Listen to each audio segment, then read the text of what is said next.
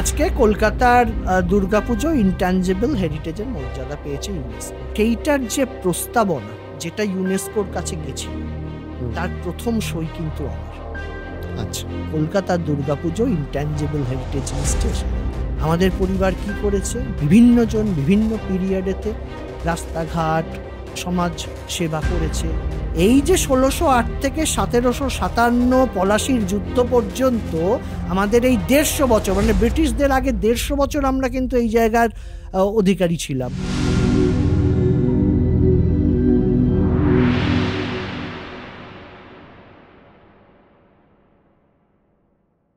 প্রথম সপরিবারে দুর্গাপুজো, অর্থাৎ আজকে যে একই চালচিত্রে আমরা দুর্গার সঙ্গে লক্ষ্মী, সরস্বতী, গণেশ, কার্তিককে দেখছি, এইটাও শুরু হলো আমাদের পরিবার থেকে 1610 সালে। আচ্ছা, মানে কলকাতার পুজোর ইতিহাস শুরু 1610। একদম একদম। এবং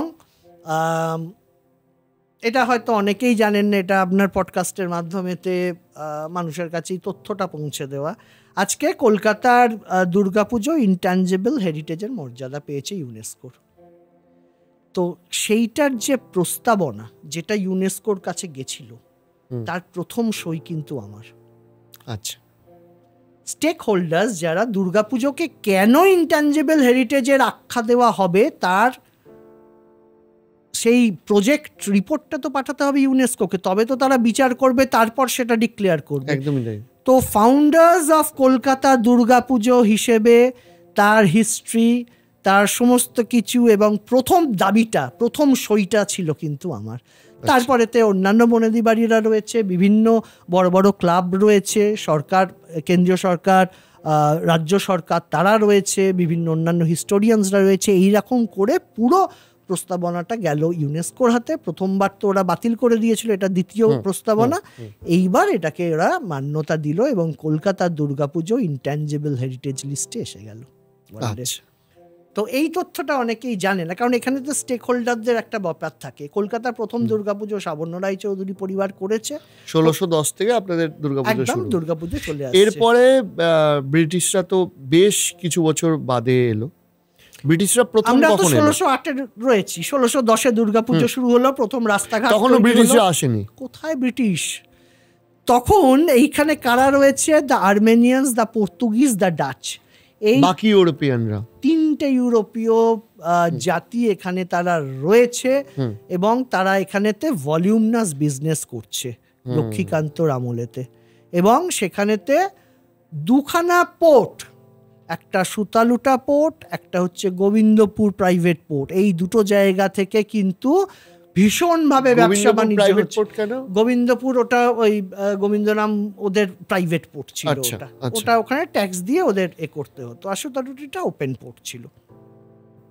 এই সময় 1000 ইউরোপীয় এখানে বসবাস করছে বিফোর ব্রিটিশ।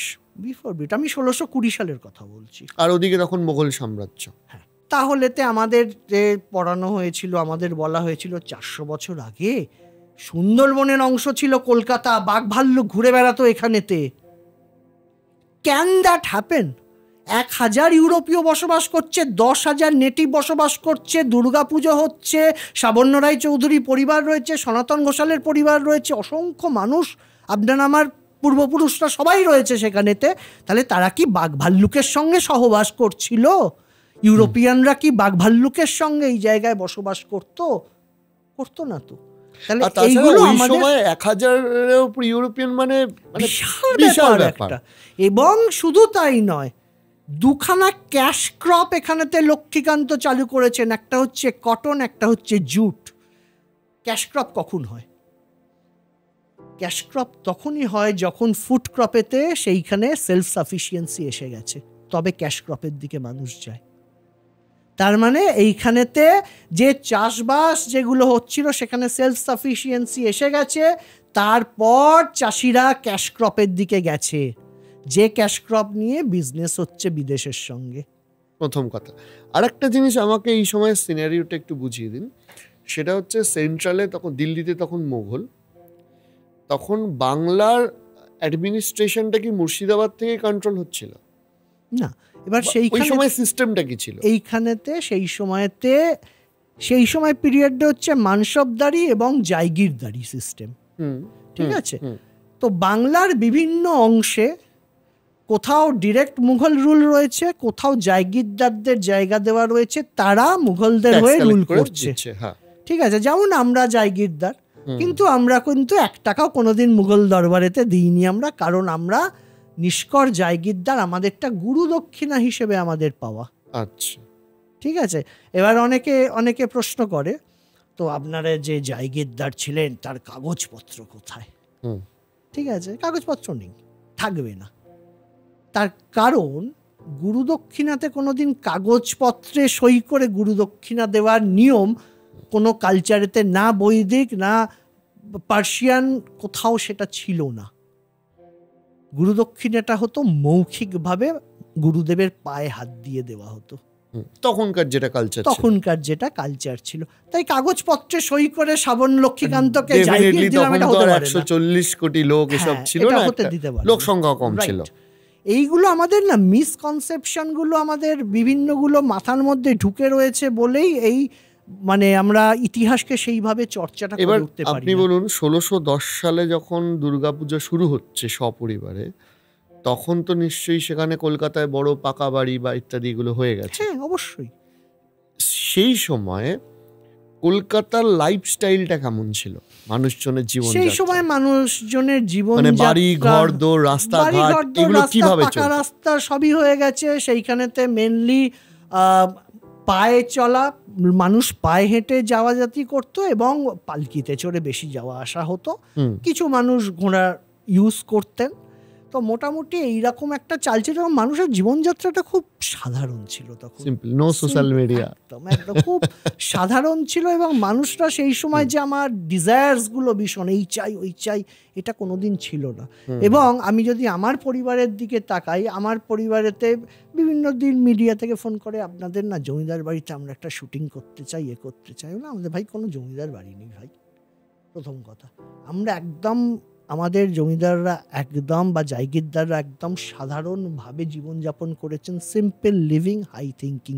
65টা মন্দির তৈরি করেছে তারা, এবং আমাদের বাড়ির একজনেরও পোর্ট্রেট পাবেন না কোনো দিন। তার কারণ আমরা মনে করতাম এটা একটা পাপ। আমার নিজের ছবি আমি পয়সা দিয়ে আঁকিয়ে দেওয়ালে টাঙিয়ে রাখবো, আর সেখানে অন্য লোকেরা বা প্রজারা এসে সেটা দেখবে, নমস্কার করবে, এই জিনিসটাকে আমরা পাপ মনে করতাম। আমাদের পরিবার কি করেছে, বিভিন্ন জন বিভিন্ন পিরিয়ডেতে রাস্তাঘাট, সমাজ সেবা করেছে, মানুষের উন্নতি সাধন করেছে, একটা ওয়েলফেয়ার স্টেট। এই যে 1608 থেকে 1757 পলাশির যুদ্ধ পর্যন্ত আমাদের এই 150 বছর, মানে ব্রিটিশদের আগে 150 বছর আমরা কিন্তু এই জায়গার অধিকারী ছিলাম। এই 150 বছর is not a matter of joke. এই সময় এখানেতে কোনো রায়েট, কোনো ঝামেলা, কোনো ঝঞ্ঝাট, কিচ্ছুর ইতিহাস কোথাও পাবেন না। কারণ এমনভাবে সুন্দরভাবে অ্যাডমিনিস্ট্রেশন চলতো এবং সমস্ত ধর্মের মানুষ এখানেতে ছিল। এবং বরিশা এমনই একটা জায়গা যেখানে উচ্চবর্ণ হিন্দু, নিম্নবর্ণ হিন্দু, ইসলাম ধর্মী মানুষদের বাস। পরবর্তী সময়ে খ্রিস্টানরা আসছে, যেমন আমাদের অক্সফোর্ড মিশন বা জেমস লং আসছেন।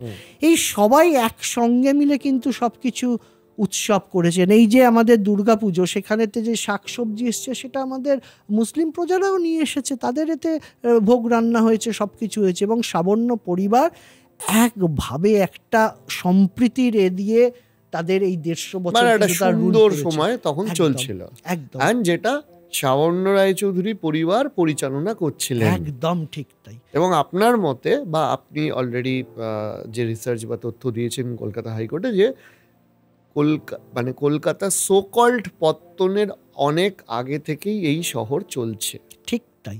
এইবার আসছি 1630 সাল। কলকাতায় প্রথম কোন ইউরোপিয়ানের কবর হলো। মারা গেলেন একজন ইউরোপিয়ান, তার নাম রেজা বিবি। এই রেজা বিবিকে সুকিয়ার হাজবেন্ড, যার নামে সুকিয়া স্ট্রিট, আর্মেনিয়ান চার্চের সামনে। আচ্ছা।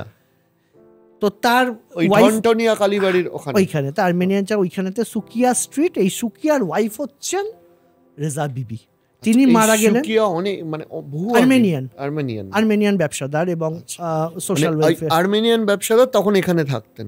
একদম 1000 পরিবার থাকছে। তাহলে সুকিয়া স্ট্রিট কলকাতা শহরেরই তো আপনার একটা রাস্তার নাম শহরের সোকল পত্তনের ইতিহাসের আগে। একদম একদম তাই। হ্যাঁ, তখন সুকিয়া স্ট্রিট হয়তো নামটা হ্যাঁ, মানে আমি বলছি, হয়েছে, হোয়াটএভার, তার শহরের নামে একটা হয়েছে। এই রেজা বিবির কবর আজও, সেই কবরটা আপনি গেলে দেখতে পাবেন 1630 সাল। কোথায় আছে এটা? আর্মেনিয়ান চার্চের ভেতরেতে কবরস্থান। চার্চটা পরে ওখানেতে নতুন চার্চ তৈরি হয়েছে ওখানে। একদম। তখনও জোপ চার্নক জন্মায়নি। তাহলে আর্মেনিয়ামটা কি করছিল এখানে? স্বাভাবিক, ডাচরা রয়েছে, পর্তুগিজরা রয়েছে। 1660 সালে বিদ্যাধর রায়চৌধুরীর আমলে আমাদের ন্যায় হচ্ছে জন ফিরিঙ্গি। এই জন ফিরিঙ্গি কে? অ্যান্টনি ফিরিঙ্গির দাদু। আচ্ছা, পর্তুগিজ। তিনি আমাদের ন্যাব এবং লাঠিয়াল সর্দার, এবং তার ব্যবহৃত টেবিল আমাদের সাবর্ণ সংগ্রহশালাতে সংরক্ষিত রয়েছে, এবং অ্যান্টনি ফিরিঙ্গির পরিবারের একমাত্র জিনিস যা ভারতবর্ষে আজ রয়েছে। 1660 সালে পর্তুগিজ সাবর্ণদের বাড়িতে ন্যাব, ঠিক আছে, এমপ্লয়ি হিসেবে কাজ করছে তখন অলরেডি। তাহলে পর্তুগিজ, আর্মেনিয়ান এরা সবাই সেখানেতে রয়েছে। আচ্ছা, এরা তখন কোথা দিয়ে আসতো? এটা কি কলকাতা পোর্ট মারফত আসতো নাকি অন্য কোনো রুট দিয়ে আসতো এখানে? না, মেনলি যারা যখন ব্যবসা বাণিজ্যটা হচ্ছে সেটা তো এই হুগলি নদী দিয়ে, মানে আমরা শুরুতে বললাম যে বহু আগে রোমানদের সাথে আমাদের বাণিজ্য হচ্ছে। এবার আমরা সোজাসুজি